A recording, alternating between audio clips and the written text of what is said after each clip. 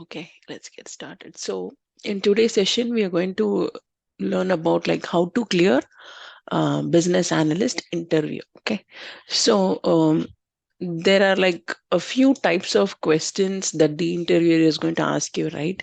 So let's say you have an interview for 1 hour, or maybe like maximum it's going to be like 2 hours. So it can be like in person, or they're going to do something like Zoom call, right? These are the options, or it can be phone call too. So for example, companies like service based companies, they usually have 2 to 3 levels of interviews. So for example, TCS and or Deloitte or Virtus or some companies like that, right? Initially they have uh, a call with their engineers or their BAs, and then like the second or the third round will be usually with the client. Okay, so service-based companies, they have a different like type of questions, and then their expectation is different. Whereas product-based, they're going to have, for example, you're applying for Amazon, you're applying for Microsoft, or you're applying for Google. So their process is a little bit different. So they are not going to ask you like theory-based questions. They're going to throw you a bunch of scenarios. They may be asking you to do some kind of like they can give you case studies and ask you to solve it. So their style of interview is different. But most service-based companies, usually you will have a phone call, then you're going to have a Zoom call, then you're going to have an in-person interview, then you're going to have maybe a client interview, right? So these are levels. So let's say you're going to have like about like 2 to 3 rounds of interviews. So the very first interview, they're going to check your like the core BA skills, like do you actually know BA? So that is the first point they want to check, right? So for that, they're going to ask you is like, tell me about yourself. Like for the first 10 minutes, the expectation is when they ask you like tell me about yourself. So they are not asking about like where are you from, what is your graduation, or do you have family. They are not interested about that. When they say tell me about yourself, it means like tell me about your BA experience. So for example, I'm Pradeepa. I have about like 15 to 16 years of experience. I'm a senior BA. So those kind of, you have to start like that. Okay. Don't tell that, for example, I am from this city, from that city. That's not like, they don't want to know that, right? So when they say, can you tell me about yourself? You're going to say only from a professional perspective, that like how many years you have got experience, and currently what is your project, and how long you have been being a BA, and what is your roles and responsibilities, and what kind of methodology that you have worked on, whether you have worked on waterfall or agile or hybrid, and how many years of IT experience you have got. So that's the first thing they want to know about you. And you also have to remember that this question is very crucial, because whatever you're going to tell them, from that only they're going to like ask further questions.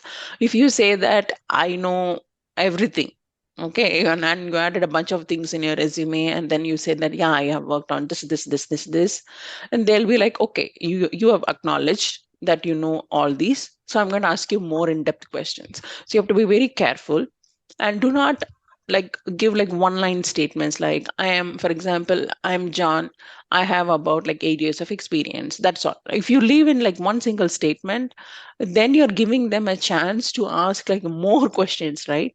So what if you have 1 hour interview, and you know that how many people, because usually like people will tell you how many people are joining in that call. So you have like 2 to 3 people in the call, and they are all having real time experience, and you have, and for you, you may or may not have IT, and you have to convince that group, right? So for you, like you have to really impress them in the first very 15 minutes. And remember, they are sitting as a panel, and you are not the only candidate. So you have to think from their perspective. If they are interviewing 10 people today, and you are one among them, so how are you going to stand out? So from their side, you are another candidate. That's all. Okay. Tell me about yourself. So if you're in that, and your luck is also there, right? So if you are on the like you get a slot on the morning, and you are the very first candidate, then they are going to ask you like, at least they'll be interested. So whatever you're trying to tell them. But you got a slot during like afternoon break, or you're getting a slot like where they have another call. You're getting a slot at the end of the day. then mostly like they're also tired from morning. They're taking multiple interviews and they are seeing like all these like fake candidates. They're also tired and they want to just wrap up the call, right? So it's very crucial when the HR or someone is asking you what is your time slot, can you tell me when are you available. It's very crucial for you to pick up the like the very first like time slots, because that's when actually the interviewer is actually open to whatever you are answering, that will go into their brain and they'll be like, okay, yeah, this person is like okay. So if they've already interviewed like 5 to 6 people and you are the sixth candidate, they all, so they are lacking interest, and also they are hungry, they are like they're watching their phone, or like they don't have their body language will tell you they're like they're almost not interested. Maybe they're also they have already selected the candidate also. So since they already give you a slot, they are like talking with you, right? So very crucial for you to give the time slots, because the HR will ask you when are you available, can you give me a time slot. Do not tell them that I am available all day and you can just choose my time slot. Don't give that. So give something in the morning, something in the morning where you I mean like you are prepared, you don't have any disturbances. If it's a phone call, make sure that nobody is surrounded by you and you don't have kids with you, or you make sure that you are well prepared, right? And they're calling you today and then they're saying like tomorrow morning, you have to like tell them if there is a chance for you to like maybe like postpone the interview maybe the next day, because you don't want to go unprepared, right? So getting a call itself nowadays in the market, getting the interview call is itself is a very big thing, because it's end of the year and you have budget freeze and everything. So like people usually like actually now they don't hire actually for the next 3 months. It's very hard for you to get hired. But in case if you get a call, you have to make first thing is time slot. Time slot. Please make sure that whenever you're comfortable, and if you know that they're hiring a lot of people, they're interviewing like too many people, and so you have to be very careful. Just go for the maybe the morning slot where you are having a very good voice and you are also like energetic and you don't feel like sad or you don't feel like upset, right? Because that is also your mood is also very important. That's when like you feel confident also. So time slots, how you are going to handle them, and then how you are prepared, all these are very very important. Next is like the first 15 minutes is very very crucial, because depending upon this only they'll be like, okay, this person has some real experience. From morning till now I've seen like 10 candidates who are faking their experience. At least this one is like faking experience but like actually smart enough to answer all my questions. So they know in the market people are faking experience, people are adding like so many years of experience in their resume, they actually don't have experience. They're from non-IT. From your bachelor's degree they will know, from your previous projects they will know whether do you actually have IT experience or not. So next one is they're going to ask you about like tell me about your current role.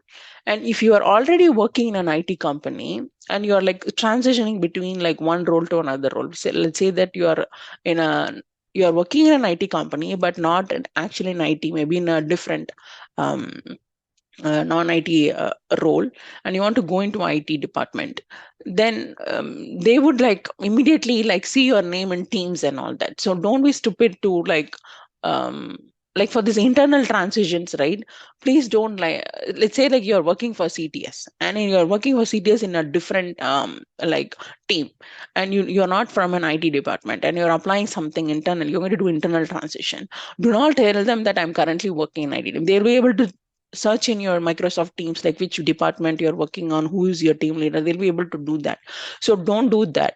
For your current role, just say that I'm working in a non-IT one, whichever they cannot verify. That only you have to say it as I worked in maybe in my previous companies, I worked in an IT role and I worked as a BA, and now in CTS I got something better opportunity, and my during COVID I have to do the transition. There was massive layoff, so you have to give them like something like answers why currently you are not in IT, why you don't have a bachelor's in IT, you don't have a bachelor's in computer science, and you don't have any experience. Currently, you are not in IT field also. Then why do you want to get into IT? So you're going to like convince them, right? That those questions are very, very crucial. Tell me about your current role. If you're currently working as a BA, you're already having a backup for your background check and everything, then you're good. Nobody is going to like say, you can always add how many ever experience you what you can add it. You are able to clear the background check. You have the references. Then in that case, it's fine. But you are working in a non-IT role, and now you want to transition. Let's say you're working for something like a bank, like ICICI Bank. Now you as a manager, now you want to like get into IT stuff, right? Then in that case, they're going to question you, like, why should I hire you? You don't have any experience. Why should I hire you? So what you're going to add in your current role, tell me about your current role. That is also like depends upon whether you want to like join in a junior level or a senior BA, and also what company you are applying and how did you get that JD. So those are also very crucial. But if you are currently working in an IT team, maybe as a tester or maybe a product owner or a scrum master, or if you want to get into BA, then it's easy for you to tell that, yeah, I have experience as a BA. And give me a second.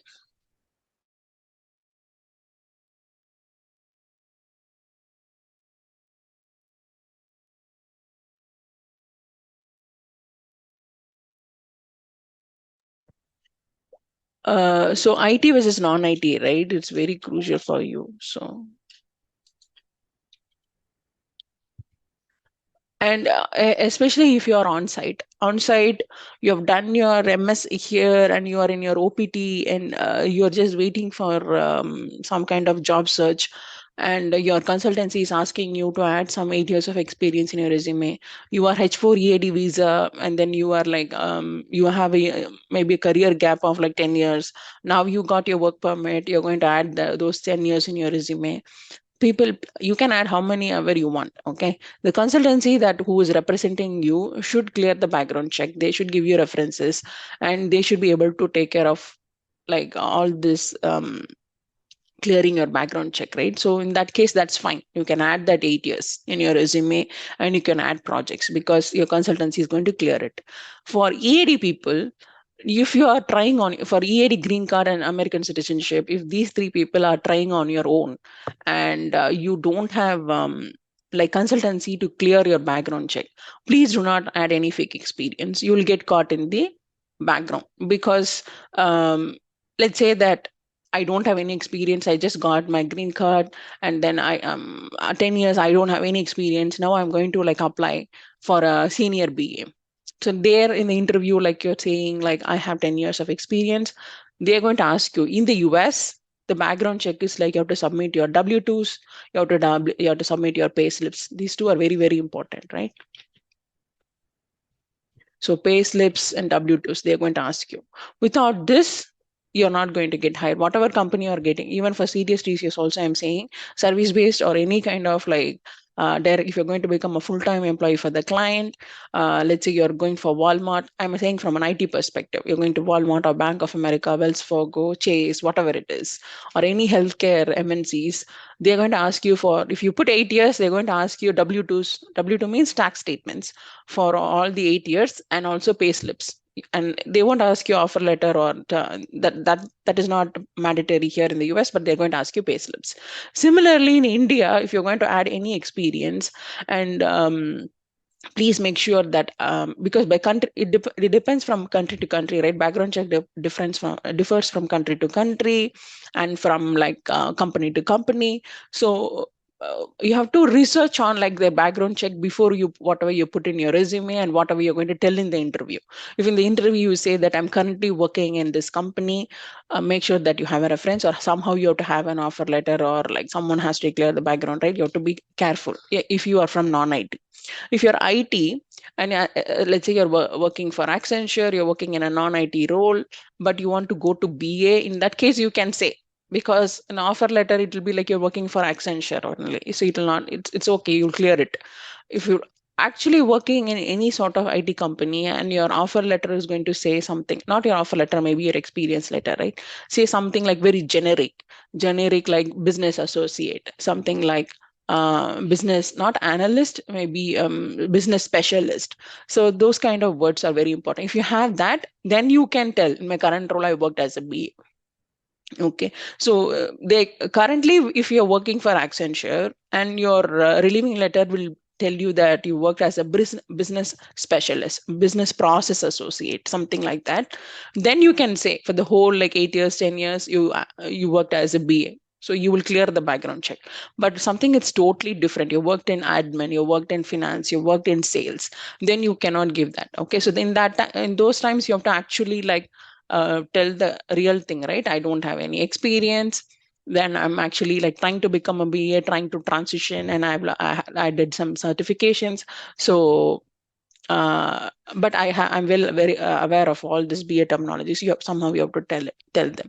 So when you tell about your current role, I see a lot of resumes like faking the experience, but you have to make sure that you have that someone to clear the background check for you. Next is tell me about your day-to-day responsibilities.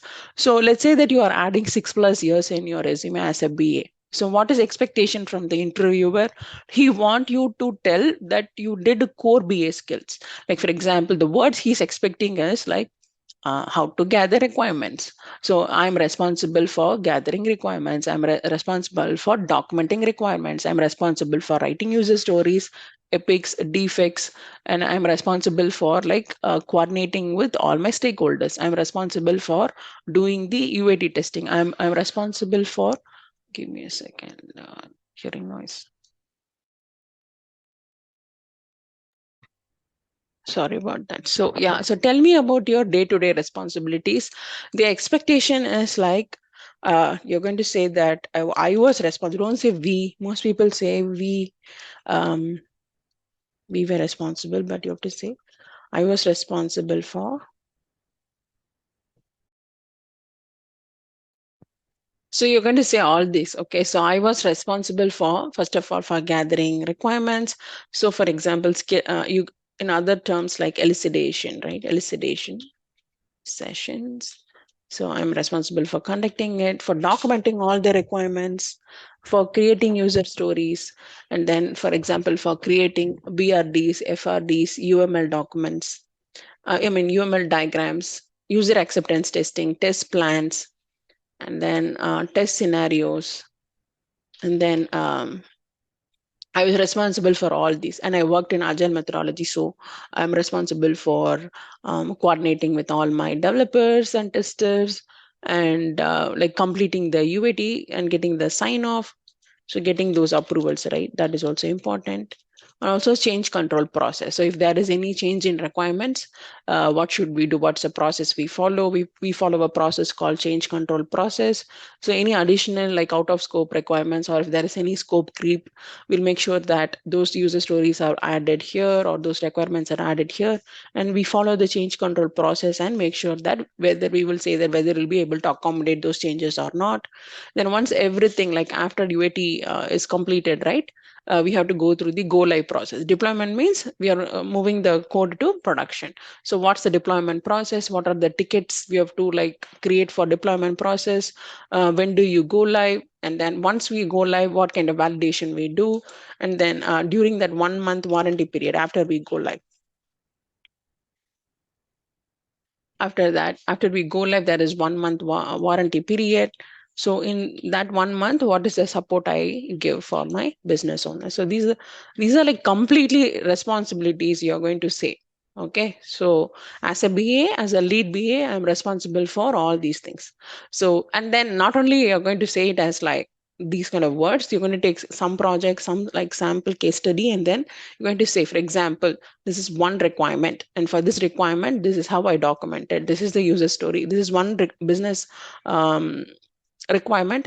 I converted that into multiple user stories. And how did you create BRD? What is the layout for a BRD? Difference between BRD, FRDs. And then user stories means like what is acceptance criteria? All these you're going to like explain. So not only you're going to say I was responsible and then say a bunch of words, you have to tell them like practically, like in your project that you've added in your resume, like how did you do that? So because that's what they want to hear. They don't want to hear theory stuff. They want to hear something like from a practical perspective. If you actually worked in a project, you'll be able to say all these, right? So they're going to ask you that. Then tell me about your project. So you're going to explain your project. If you add some one or two projects in your resume, you're going to explain that, right? So you're going to say, for example, I work for a healthcare client, I work for a banking client, I work for um, maybe an US a bank or something, whatever it is you're going to add in the resume, you're going to explain that product, the application in detail. So when it comes to application data flow, you're going to say especially like what is that application that you worked on, what is the coding language, what's the data flow, how the data is stored in the system, and then like what are in scope versus out of scope for that particular application. So you're going to tell about your projects. That is also very important. Next is this Babok related question. So in some of the my candidates who are doing my private training, right, they are saying that they are getting like this. Recently, they have been getting all these like Babok questions. So Babok is nothing but this is a book that is given by IIBA, International Institute of Business Analysis. So we have like about like 6 knowledge areas here. If you see the knowledge areas, you'll be able to see we have business planning and monitoring, elucidation and collaboration, requirements lifecycle management, strategy analysis, requirements analysis and design definition, solution evaluation. These are the 6 knowledge areas. So they're getting questions from this book. If you say that I have completed my certification, right? They're going to ask you like, okay, tell me how do you conduct elucidation? How do you validate your requirements? How do you prioritize your requirements? How do you approve your requirements? Tell me about like how do you? So they're going to like from this book, they're actually like asking you questions. So if you don't know about Babok, I have done like 10 videos on Babok. On every chapter, I have done like videos about Babok. So you can go through those videos and then learn all these chapter wise. And then this is all theory, so you should be able to, these are plain English, so you should be able to learn it. This is nothing complicated. But if they ask you, do you know Babok, have you done any kind of certification, so you can always say that I'm preparing for ECBA or CCBA, just like preparing, or maybe I will pass maybe in like take the exam maybe in 3 months, 4 months. Do not say that I don't know what is IIBA, I don't know what is ECBA and all. This is a very core important like a bible for business analysis.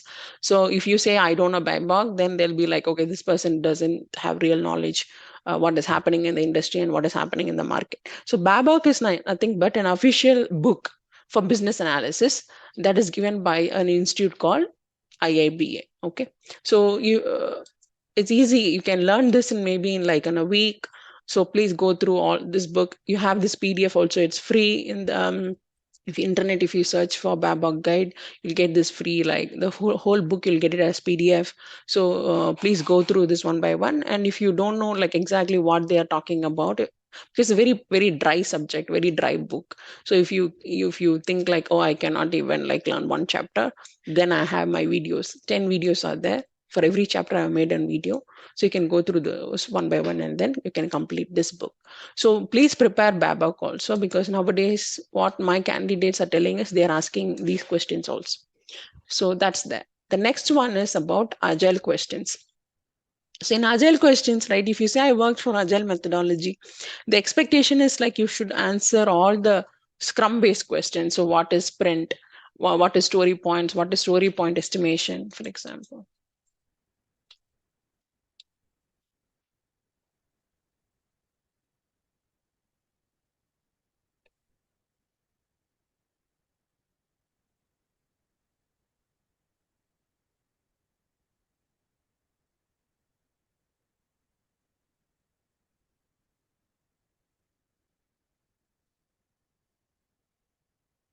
So these and also like sprint review,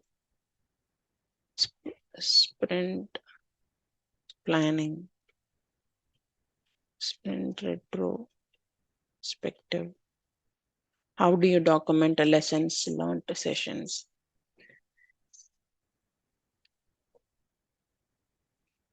So all this they're going to ask you, right? If you say them like, what is the length of your sprint? How do you handle each sprint, and what do you do? What are the ceremonies? What are the meetings you attend? For example, do you have daily stand-up calls? And Okay, so all these questions they're going to ask you, and they're going to ask you if you have experience writing user stories, tell me an example. Tell me an example for acceptance criteria, and how do you give actually story points depending what are the factors. You say that this story is an 8 pointer or a 13 pointer or a 5 pointer or a 3 pointer, right? So based upon what criteria. So they're going to ask you such questions too. So whatever project that you are adding in your resume, from that only you have to give an example. Don't give some login example. Don't give something very basic. They'll be like, okay, this person only knows theory. This person doesn't know how, like practical stuff, right? So based upon whatever examples you're giving, they will know that that's how they decide whether this person has actual experience or not. Okay, because most of the candidates are very well trained on all this like theory topics, right? They'll be able to answer. They're watching multiple like content on YouTube, they're getting trained. So they'll be able to like answer all this like theory stuff. Where they get caught in is the actual like project based questions. So all the scenario based questions. Tell me about the data flow, tell me about the an actual user story. That's where they get caught. So whatever example like you're going to give, make sure that it's from your project, and you write the acceptance criteria for that project. Explain in detail, okay, what this is how we get the data, this is how it's getting processed, this is how it's loaded into the system, and if it's going to be how are you going to manage in scope and out of scope scenarios. So all that you're going to explain in detail. So agile based questions are a must, because most of the companies want you to know that about all these scrum ceremonies and everything. Next is like scenario based questions. So in scenario based questions, that's where like things go very like technically, right? So this and technical questions go hand in hand. So in technical questions, they're going to ask you about SQL, Tableau. Do you have reporting skills? Do you know about any of the coding platform? Do you know about Java, .NET, or do you know about Pega, Salesforce? Or if you know Excel, do you know advanced Excel? They're going to ask this. So these are some of the technical questions that they may be asking you, but also they want to like incorporate this technical questions in your scenario based questions. So in scenario based questions, they're going to ask you like explain like how did you use SQL in your project? Explain what kind of reporting tools you used in your project. Give me a scenario where you used your Tableau, or explain like if you say that I know advanced Excel, so tell me scenarios where you have used advanced Excel. Or if they say that I have documented, like I know how to draw diagrams, I know how to draw high level data flow diagrams. So they're going to ask you like, okay, tell me what are the different diagrams, what is UML diagrams, data flow diagrams, activity diagrams, sequence diagrams. So they're not going to like simply say ask you about what is that diagram of. They're going to ask from a project perspective, right? If you say I have drawn data flow diagrams, okay, tell me about that project, whatever diagram you have drawn. And sometimes they are going to ask you to show the BRDs. So recently one of my candidate was asked to actually show the actual BRD itself from his present project. They said like, please remove all the keywords or the very sensitive keywords and show me the BRD that you have worked on. I want to see like whether actually a document or not. So they to that level now people are asking, they're asking you to show the diagrams, they're asking you to show the work that you have done, they're asking you to show some test cases or test plans that you've created. So that is also possible. So you have to make, or they may be giving you a case study. When it comes to scenario based, right, they may be giving you a case study, then they will give you maybe 10 to 13 questions, and they'll ask you to finish that case study maybe in 1 hour. And they'll be like, yeah, I'm sitting here, please finish it, and after 1 hour we can review it. Or before the interview starts on that day, they will send you, they will email you that questions. And in the interview, by that time, like by 2 hours or 3 hours, they're asking you to like solve all these case studies, maybe 10 case studies. For every case study, you're going to write down user story, you're going to write down the acceptance criteria, and you're going to like, as a BA, your thinking process, they're going to like, maybe it's a multiple choice question. So either they may be asking you to give examples or share the documents, or they can give you a case studies, multiple case studies, and they may ask you to solve those questions. Yeah. So what expectation from this scenario based questions is like what their expectation is, whether you're able to think like a BA, whether you're able to like do you have that capacity of like thinking from multiple perspectives, or you're just stuck to your opinion, or if there is like some of the questions can be very tough for you to solve. If they say that, for example, one of my candidate got one question like, if your manager is coming and telling you like in the afternoon, I have a meeting, please prepare a PPT for me. Will you do that? Or if there is a production incident, one of the members like current application that you're working on is not working, so you had a production incident, whether you'll prioritize that, or whether you're going to have like maybe 10 people are are getting impacted, so you're going to like prioritize that. So this was his question, right?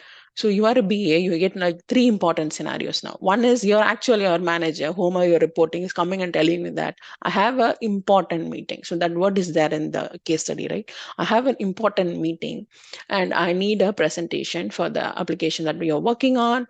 Can you give me those documents by this afternoon, 1 p.m.? And you have another scenario where one of the users is actually like their username and password is locked and there's a production incident. So you, as a BA, you're going to solve that incident. And then the third one is like multiple users are getting impacted. What will you do as a BA? So you have like three scenarios here. The question is like which one is essential, which one is the prior, which actually which scenario is the most important according to you as a BA? They're asking. So my candidate was like, I don't know, my manager is asking me the most important thing in the afternoon, I'll go for that. No, actually, from a business perspective, if 10 or more people are affected in production, then actually that will be escalated to your manager only. He himself is going to like cancel that afternoon meeting. So that's what I told him. So what did you select in that? I said like manager's call is very important, so I have to prepare the PPT. That's what I told them. I said no. See, when 10 or more people are actually impacted in production, that will actually go to your manager. So he is actually going to cancel the call. There is no afternoon meeting that's going to happen.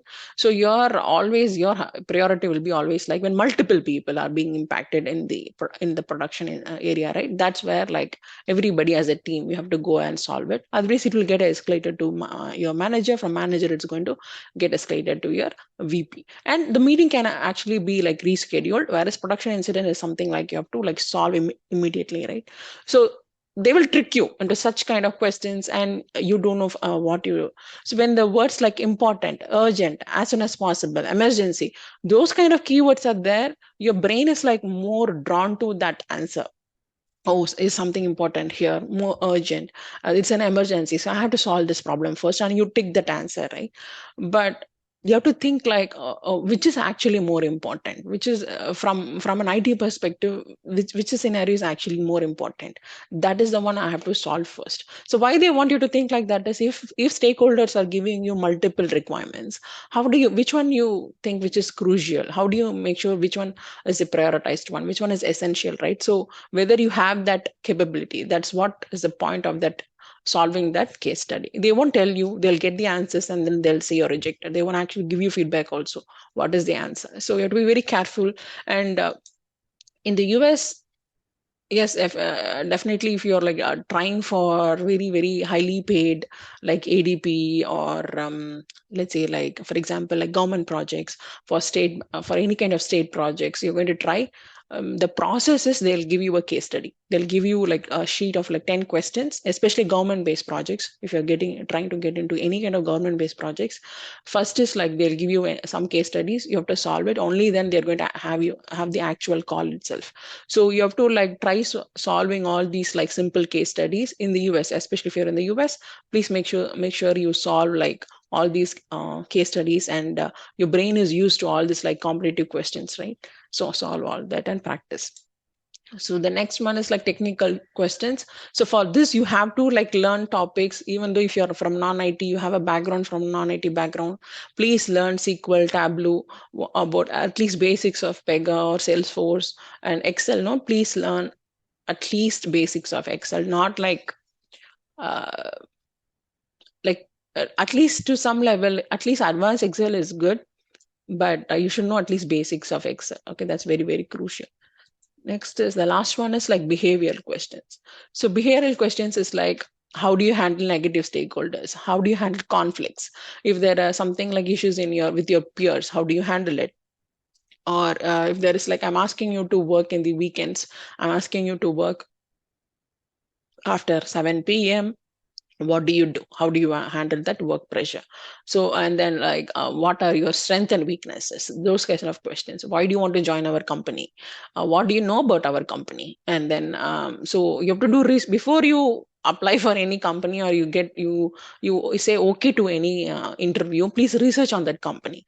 You may have zero knowledge about that company, what they are doing, and then what is this project about. You don't have any knowledge, right? You're directly going for the interview. So if someone is referring you, they know about like what team they are going to hire and all. Please get ask research and ask that person, whoever is referring you, like ask them like, what is this project about? Tell me if this is going to be a claims project. Then you're going to make sure that you know more details about claims. Let's say this is about a banking client, a US banking client. So you're going to learn about in US what are the banking rules and regulations, business rules. So or if it's going, let's say it's going to be an European bank, then in Europe, in that particular country, what are the rules? So it's very important for you to, or the HR also, you can ask actually the HR, like, do you know what is this project about? And the JD says like, or everything is simple, like plain English, like BA skills. But do you actually know which team I'll be getting hired? Do you have any idea? You can ask them. So that by that way you will understand that you can say, why do you want to join your company? If they ask me, they can say, I want to join your company because I know Bank of America is the leading bank in the US. I just want to be a part of the team, and then so that like I can share my knowledge and also gain knowledge by just observing all my peers, right? So you need to know something. Or if you don't know, you have zero knowledge about that company, then you have to like somehow, if they say like, why do you want to join our company? You have to give something like a good answer. So maybe like, for my career transition, my current role, it's not very challenging. So very okay. So we have 5 more minutes. Let me finish with these two questions. So why do you want to join our company? You have to give them a valid reason. Okay, so you say that you do enough research about the company, the team. You have to impress them, like saying, "Oh, even I don't know these details." So you have to like tell them something like that. And what is your career goal? So don't say that, do not say that I need more challenging work, because then they'll be like, okay, this person needs something extraordinary. So maybe we cannot provide it. And this person will actually switch, right? So maybe after 6 months, this person will actually like switch this job. So don't give them an idea that you need more input on these challenges and all. Just say that I want to become a lead BA and my current role, I'm fine. I'm actually very comfortable, but I'm just looking for my career growth. I want to transition into something like, maybe I want to learn about US healthcare. I want to learn about maybe other domains. So that's why I want to change, something like that. You have to say, what is your career goal is like? I'm going to become a senior BA in maybe in like next 3 to 4 years. Or then I'm going to become like something like maybe executive advisor, or something like that, right? So in BA only you're going to say, you're not going to say I'm going to become a project manager. Then you have to make sure that you don't something, you have to have like that realistic career goals. Don't tell to them I'll be like, I want to become maybe a project manager in 5 years, in 3 years. Then they'll be like, okay, this person has like too much ambitious, so we cannot, this person may actually change their career, right? Maybe like jump to a new job, maybe in a year or two. So whenever I say, what is your career goal? They say something in BA itself. Okay. So I want to become a senior BA. I want to learn PEGA. I want to learn healthcare, or I want to get into banking, or I want to learn Salesforce, something like technical stuff. And then you have to say that you want to become a senior BA. So tomorrow I will tell you the about like actual, like maybe I can tell you like completely, right, in the interview from starting to finish, how you need to actually like say it in a flow. So that I can tell tomorrow. But for today, we just went through all these different types of questions. I hope this was helpful. Any questions? I have only 2 minutes. I have another my private training starting at 8. So if you have any questions, you can ask now. Hello, ma'am. Hi. Can you share that Babab guide with us? You want this Babok? Give me, I will add it in the chat actually.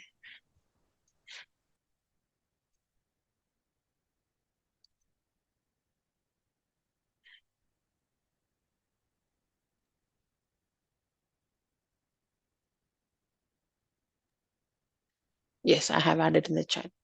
I think you should be able to download from there. Thank you, ma'am. Okay. Uh, yeah. Hi, Pratibha. This is Madhuri. Hi, First of all, Madhuri. thanks a lot, Pratibha. This session was really an eye-opener for me. Okay. Just as a quick, I'm also planning to transition from operations to, I'm looking for IB because I have experience into IB. So is that okay? Like, if I have a 10 years of experience where I could show 7, 8 years of experience into operations and within the same organization, like I transitions to a B role, so that we can though I'm not doing it a lot, but yeah, Mm. one of the project I'm working. So is that okay? Like I can show So seven, there eight is no years. background check, right? You're just going to transition to that internally. No, no, no, not internally. I'm planning to look for outside. Outside means what your relieving letter will show. It will show it's a generic whether I'm into IT or operations. Mm. The uh, whatever the associate and all this, it's the same. Same thing, It's a right? Yeah, generic. that's Yeah, good. it's You're a lucky to get that your relieving letter. Yeah, in that case, yes, you can add experience. Yeah, but that's absolutely fine. Instead of showing 8 to 10 years of experience as a BA, I Mm. can show that, like, 7, 8 years of experience I have into operations, and then I did an internal switch to a BA role, and then Yeah, you two to can tell that. See, you can tell, but the expectation if you add 8 plus, you know, right, what are the questions they're going to ask. So they want you to be very confident. They want you to answer all these lead BA questions. That's there. And also, once Mhm. you clear the interview, background check, you're not going to have any issue, right? So it's good. You can add 8 years, but prepare very well. And if in the relieving letter you don't have any problem that whatever designation is added is going to be very generic, then you should be able to clear the background check. Then I don't see any issue there. The thing is like you have to be well prepared for how many ever years you're going to say to them. You're going to be well Mhm. prepared for that. Okay. No, my question was like I can show it 8 to 9, 8 years of experience into operations, whatever is the actual, Mhm. and only 2 years I will show as a BA. So in 2 years means, so the according to 2 years means the opening needs to be 2 years. In the JD, if they say they want 6 plus, then they're not going to hire you. Okay. Okay. So You got again, I it? have to. Correct, Yeah, yeah, I correct. got it. I got it. Whatever. Okay. So in the JD, they say expectation is 2 years is just 2 years as a beginner, then that's fine. They should be able to hire you.